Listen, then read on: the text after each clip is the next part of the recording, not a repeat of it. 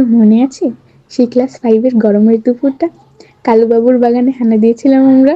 উফ, মনে থাকবে না মানে? ওই দিনটার কথা ভাবলে আজও আমার হাত পা কাঁপে।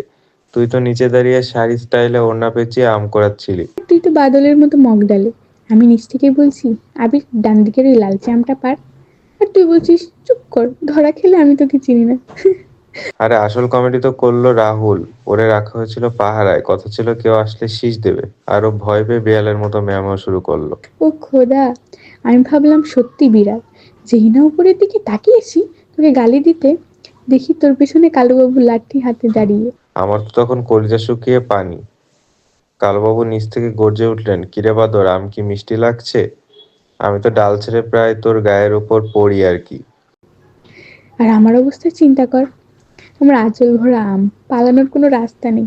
আমি ভয়ে আমগুলো লুকানোর জন্য পিঠের পেছনে হাত নিয়ে কাঁপছিলাম। কালুবাবু যখন বললেন সবগুলো নিচে নাম, নইলে আজ তোদের কান মলে লাল করে দেবো, তখন তোর মাসুম সেই চেহারাটা দেখার মতো ছিল। শেষে কি হলো মনে আছে? আমাদের দিয়ে ওনার বারান্দা ঝাড়ু দেওয়ালেন। তুই ঝাড়ু দিচ্ছিস আর কাঁদছিস, আর আমি ওনার দেওয়া নুনমরিচ দিয়ে সেই চুরি করে আমি খাচ্ছিলাম। হ্যাঁ, তুই তো মহা ধড়িবাজ। ধরা খাওয়ার পর কালুবাবুর সাথে এমন ভাব করলি যেন তুই কিছু জানিসই না। সব দোষ আমার।